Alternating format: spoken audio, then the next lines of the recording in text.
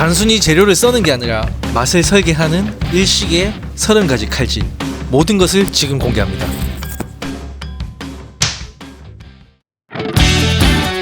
안녕하십니까, 일일대식입니다. 오늘 이 시간에는 이제 일식을 공부하다 보면 요리책이나 영상에서 정말 다양하게 이제 칼질 종류, 그런 용어들이 이제 쏟아져 나오잖아요. 사실 이 칼질 용어는요, 일본어만 알아도 기본 의미의 절반은 이해할 수 있는 쉬운 내용이거든요.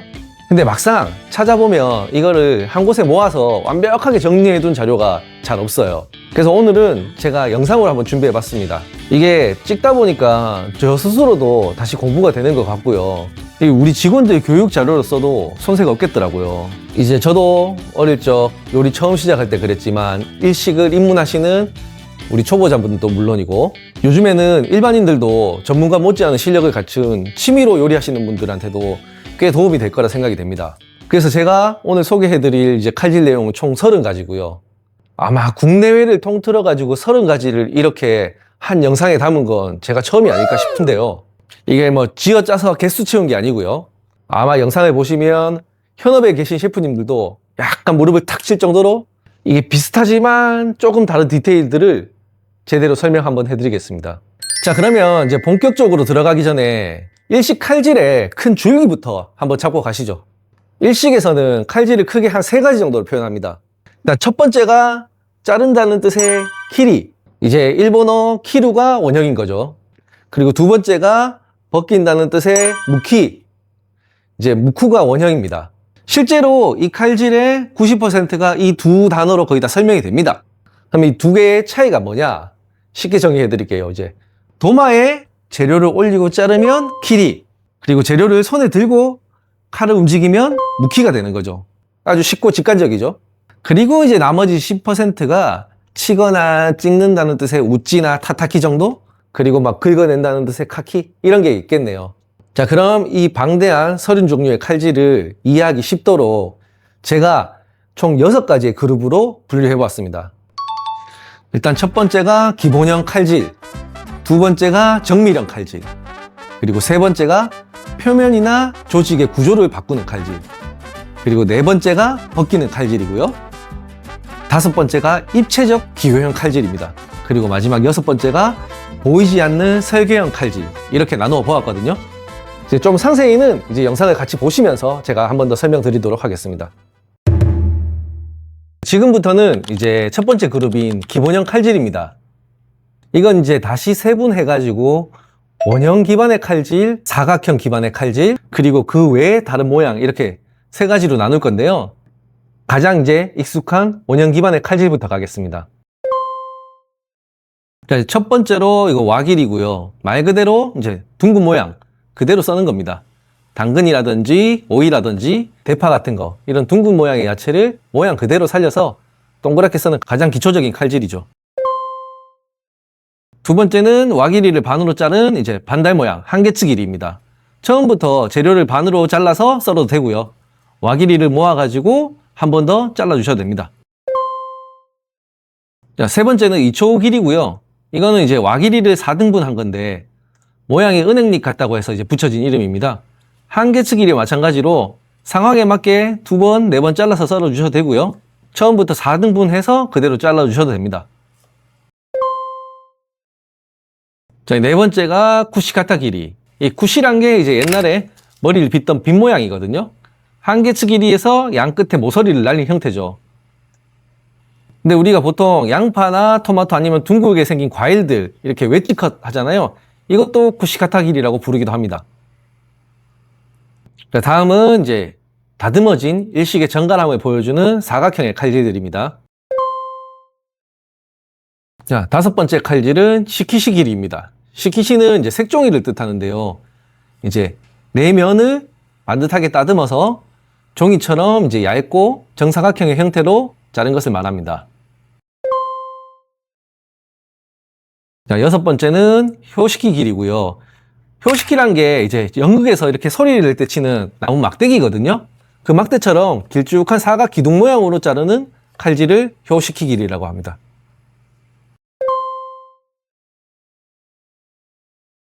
7번째는 탄자쿠 길이라고 해서요. 탄자쿠라는 게 이제 소원을 적어서 매다는 직사각형의 종이 형태거든요.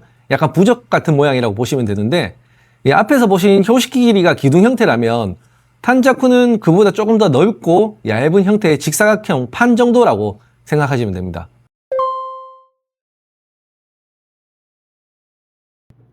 자, 8번째는 가쿠 길이. 이 가쿠가 각을 뜻하는 이제 표현이거든요. 포괄적으로는 큐브 모양 전체를 말하기도 하는데 조금 더 세밀하게 말하면 큼직한 사각형을 뜻합니다. 자, 그리고 9번째는 사이노메 길이라고 하는데요. 이건 이제 가쿠 길이랑 똑같은 정육명체인데 대신에 크기가 좀 작은 주사위 정도, 주사위보다 조금 작은 그런 정도의 사이즈를 말합니다. 가쿠 길이랑 이 사이노메 길이는 크기로 구분해서 사용하시면 제일 정확합니다. 크면 가쿠 길이, 작으면 사이노메 길이, 이렇게 나누어 볼 수 있겠네요. 자, 그리고 이번에는 이제 기본형 중에서도 형태를 자유롭게 살리는 이제 칼질들이거든요.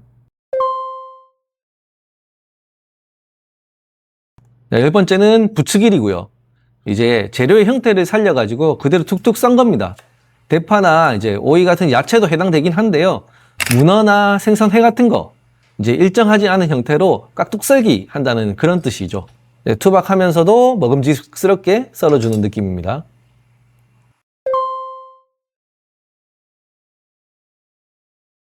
자, 11번째는 나나메 길이고요. 나나메는 비스듬하다는 뜻입니다.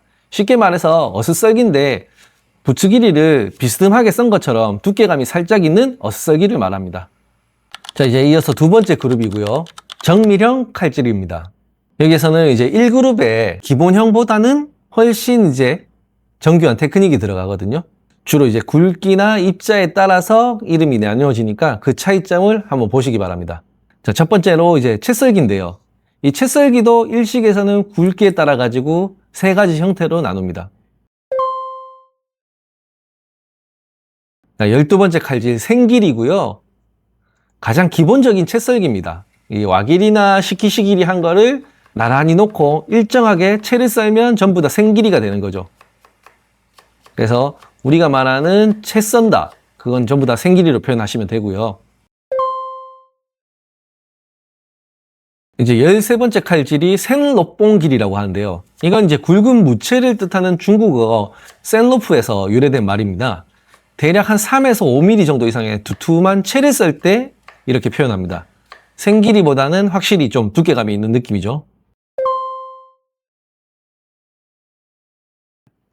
그리고 14번째 칼질 하리길이고요. 하리는 이제 바늘이란 뜻이거든요. 바늘처럼 아주 정교하게 가늘게 보통 1mm 이하의 정교한 채를 치는 기술입니다. 그래서 기본적으로 이제 채 치는 건 전부 생길인데 굵으면 센노뽕, 아주 가는 건 하리키리, 이렇게 굵기로 세 가지를 구분하시면 완벽합니다. 자, 이번에는 이제 채 썬 것들을 가로로 놓고요. 다시 일정하게 썰어서 입자를 만드는 칼질들 두 가지 보여드리겠습니다. 15번 칼질이 이제 아라레 길이고요. 생길이나 이제 샛노뽕 길이를 가로로 놓고 일정하게 썰어서 작은 입자를 만들어 주는 게 아라레 길이라고 표현을 합니다.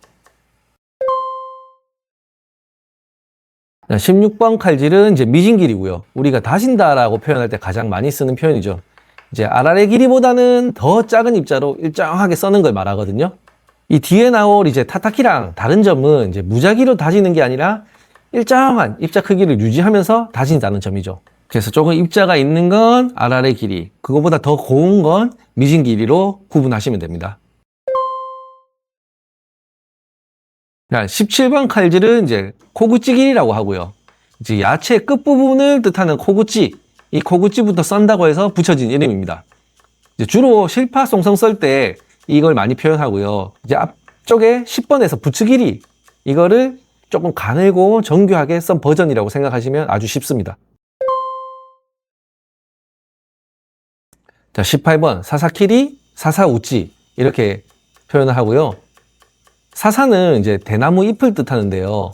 오이나 이제 파를 대나무 잎 모양처럼 길쭉하고 날카롭게 써는 방식이죠. 사실 대나무 잎을 칼로 이렇게 세공하는 장식 자체가 있거든요. 그걸 사사키리라고 부르기도 하니까 현장에서는 약간 혼돈을 막으려고 사사키리보다는 사사우찌라는 표현을 더 즐겼습니다. 자, 이것 또한 11번의 나나메 길이의 정밀하게 썬 이제 버전이라고 보시면 좀 이해하기 쉽습니다. 자, 그리고 이번에는 세 번째 그룹이고요. 이번에 나오는 칼질들은 단순히 모양만 이쁘게 바꾸는 게 아니라 식재료의 표면적을 넓히거나 구조를 바꿔가지고요. 양념이 더 잘 배게 한다든지 식감을 이제 극대화시키는 칼질의 방법들입니다. 자, 19번 칼질 란길이고요. 이거는 이제 재료를 불규칙하게 돌려가면서 썰어내는 방식입니다. 주로 이제 우엉이나 당근 같은 뿌리 채소, 이걸 조림에 사용할 때 많이 쓰는 칼질인데요. 단순히 이제 불규칙하고 넓게 만들어서 조미료가 아주 쏙쏙 잘 흡수되게끔 만드는 일정한 듯 일정하지 않는 그런 매력적인 칼질입니다. 자, 20번 칼질 속이 길이고요. 이거는 이제 주로 배추처럼 두께가 일정하지 않은 잎채소를 옆으로 비스듬하게 칼을 당기듯이 썰어내는 거거든요. 이렇게 하면 이제 두꺼운 부분이랑 얇은 부분에 익는 속도를 정확히 맞출 수 있죠. 그리고 이제 이런 마늘이라든지 생강이라든지 레디시라든지 얇고 이제 정교하게 옆으로 이제 포를 뜰 때도 이 표현을 쓰기도 합니다. 21번 칼질은 이제 자바라 길이고요. 자바라라는 게 이제 뱀의 배라는 뜻인데 일정한 주름이 잡힌 이제 호수 같은 형태라고 생각하시면 됩니다. 이 주로 오이에 칼집을 넣을 때 자주 쓰거든요. 끊어질 듯 말 듯 이제 섬세하게 양면을 이제 깊게 썰어주면 되고요. 이렇게 하면 이제 쭉 늘어나면서 양념은 안에까지 잘 배어들고 모양 그대로 살리면서 아주 이제 기교 있는 칼질이 완성되죠. 주로 오이를 이제 초절이는 스노모노 같은 데 활용할 때 많이 사용됩니다. 22번 칼질은 타타키입니다.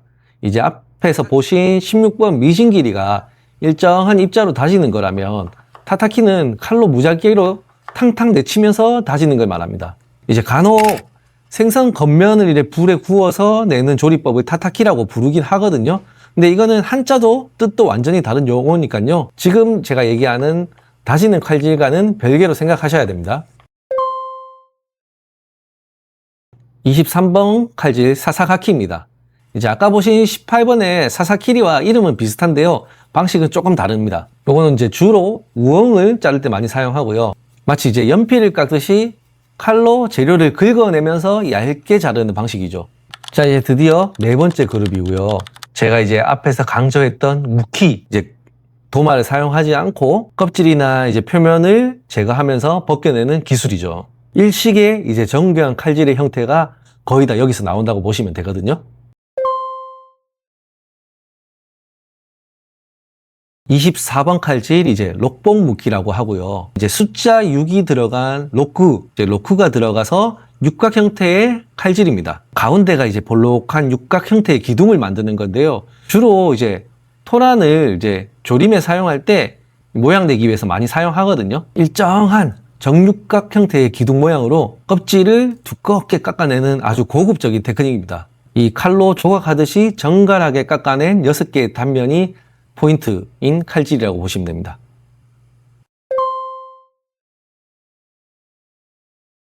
자, 25번 칼질은 이제 카츠라무키, 일식 칼질의 이제 꽃이라고 불리는 기술이죠. 어원은 여러 가지 설이 있긴 한데요. 쉽게 말해서 무나 당근같이 이제 딱딱한 채소를 겉에서부터 이제 속으로 마치 두루마리 휴지 형태처럼 얇게 깎아내는 것을 말합니다.